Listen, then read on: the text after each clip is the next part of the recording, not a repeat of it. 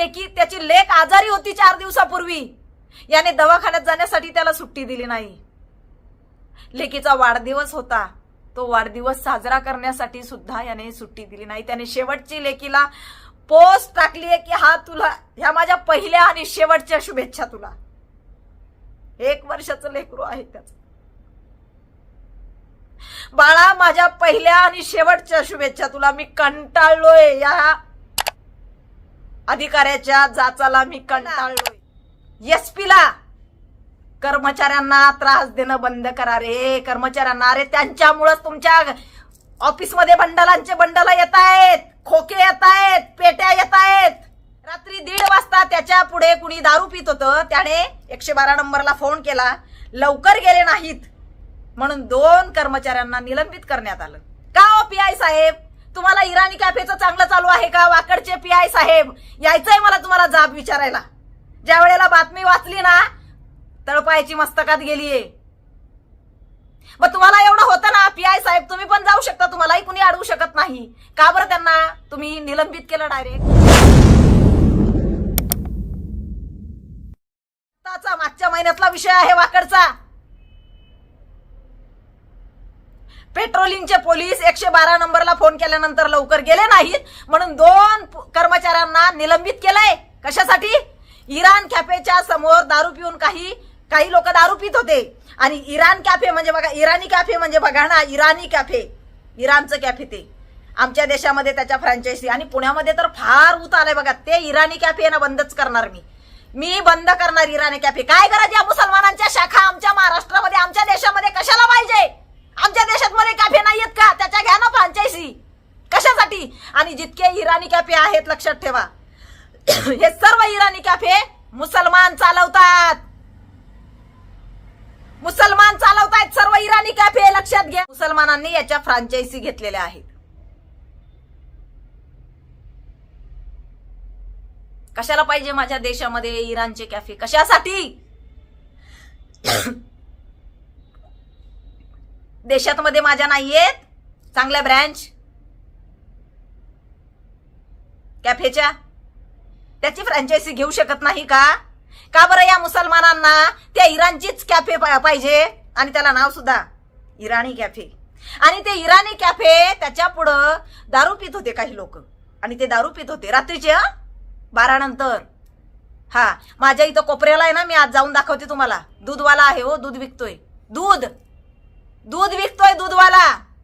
त्याची दुधाची गाडी बंद करण्यासाठी दररोज पोलीस त्या ठिकाणी येत आहेत 10:30ला, आणि ती बंद करून जात आहेत. दूध विकतोय तो, दारू विकत नाही, गांजा विकत नाही, ड्रग्स विकत नाही, गुटखा विकत नाही, बर का, कुठलाही अल्कोहोल विकत नाही, दूध विकतोय तो. तरी सुद्धा त्याची गाडी 10:30 वाजताच बंद करायला लावतात. बिलकुल, मी जाऊन दाखवते तुम्हाला थोड्या वेळाने तिथे. हे इराणचं कॅफे रात्री 1:30 वाजता त्याच्या पुढे कुणी दारू पित होतं, त्याने 112 नंबरला फोन केला. लवकर गेले नाहीत म्हणून 2 कर्मचाऱ्यांना निलंबित करण्यात आलं. का हो पीआय साहेब, तुम्हाला इराणी कॅफेचं चांगलं चालू आहे का? वाकडचे पीआय साहेब, यायचंय मला तुम्हाला जाब विचारायला. ज्या वेळेला बातमी वाचली ना, तळपायाची मस्तकात गेलीये. मग तुम्हाला एवढं होतं ना पीआय साहेब, तुम्ही पण जाऊ शकता, तुम्हालाही कुणी अडवू शकत नाही. का बरं त्यांना तुम्ही निलंबित केलं डायरेक्ट? त्यांचं घर तुम्ही जाणार आहे का चालवायला आता? का म्हणून या अधिकारी लोक कर्मचाऱ्यांना इतकं छळतायत? कसं जगायचं त्यांनी?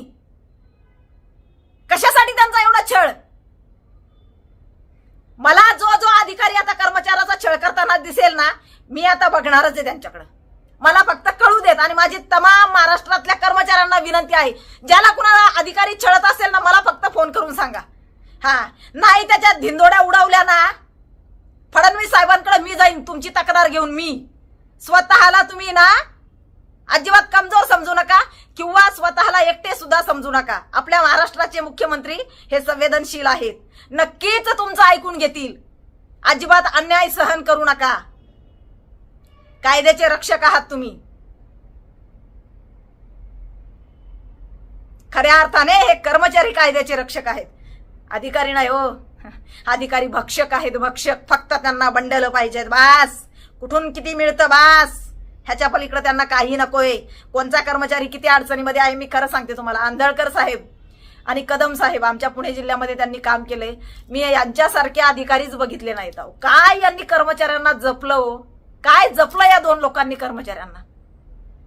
भाऊसाहेब आंधळकर आणि बाबा कदम, सुशील कदम असं त्यांचं नाव होतं, परंतु त्यांना सगळे प्रेमाने बाबा कदम म्हणत होते. अरे कर्मचाऱ्यांच्या घरातलं दुःख म्हणजे बाबा कदमच्या घरातलं दुःख. कर्मचाऱ्यांना काही अडचण आली म्हणजे आंधळकर साहेबांना अडचण आली. त्या ठिकाणी ही दोनही जे अधिकारी होऊन गेलेत ना, यांनी एवढं कर्मचाऱ्यांना जपलेलं आहे दोघांनी.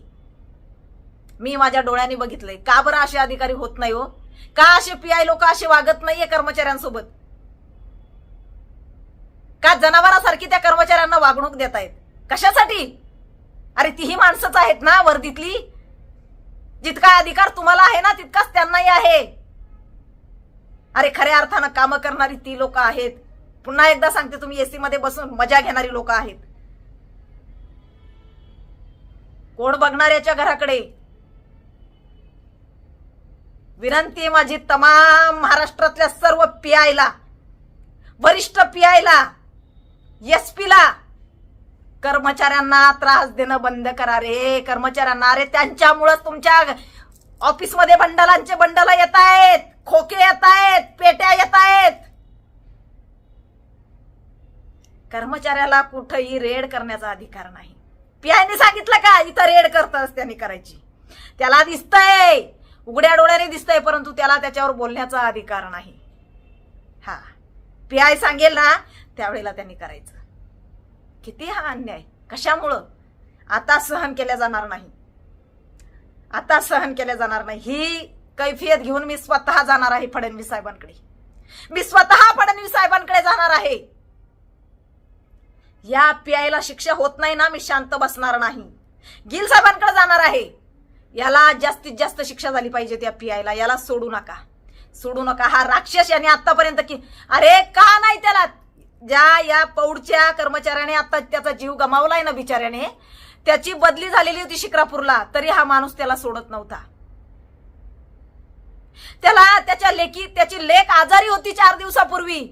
याने दवाखान्यात जाण्यासाठी त्याला सुट्टी दिली नाही.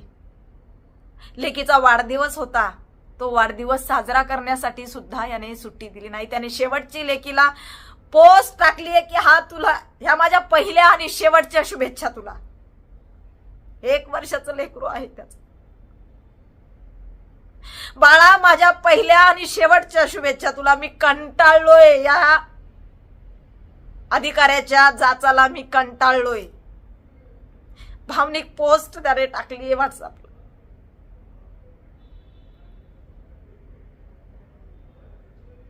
मला सांगा ना कुठल्या कार्यक्रमाला ही कर्मचारी लोक तुम्हाला हजर दिसतील. कुठल्याच कार्यक्रमाला नसतात.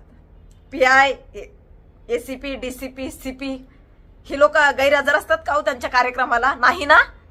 हे जातात ना थाटात माटात. कर्मचाऱ्यांनी नाही, कर्मचाऱ्यांनी जायचं नाही. त्यांनी रात्रंदिवस राबायचं फक्त.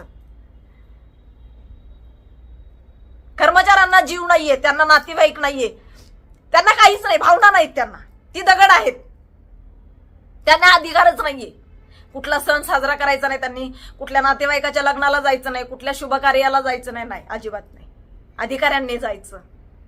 त्यांचं लेकरू आजारी असेल त्याला जायचं नाही, बायकोची डिलिव्हरी होत असेल त्याला जायचं नाही, बाप मरत असेल त्याला जायचं नाही. नाही, अजिबात नाही. त्यांना अधिकारच नाहीये. लेक आजारी पडली तरी सुद्धा या नारायण देशमुख नावाच्या राक्षसाने, अधिकारी म्हणणार नाही मी त्याला, नारायण देशमुख नावाचा राक्षस आहे तो, माणसं खाणारा, याने त्यांना सुट्टी दिली नाही हो त्या साहेबाला. किती मला सांगा, जीवन संपवतय माणूस म्हणजे किती त्रस्त केलेला असेल त्याला, किती वेदना दिलेल्या असतील त्याला. हे बंद झालं पाहिजे. फडणवीस साहेब, मी विनंती करते तुम्हाला, या कर्मचाऱ्यांनी मोकळा श्वास घ्यावा अशी काहीतरी तरतूद करावं. विनंती आहे तुम्हाला. कर्मचाऱ्यांकडे लक्ष द्या.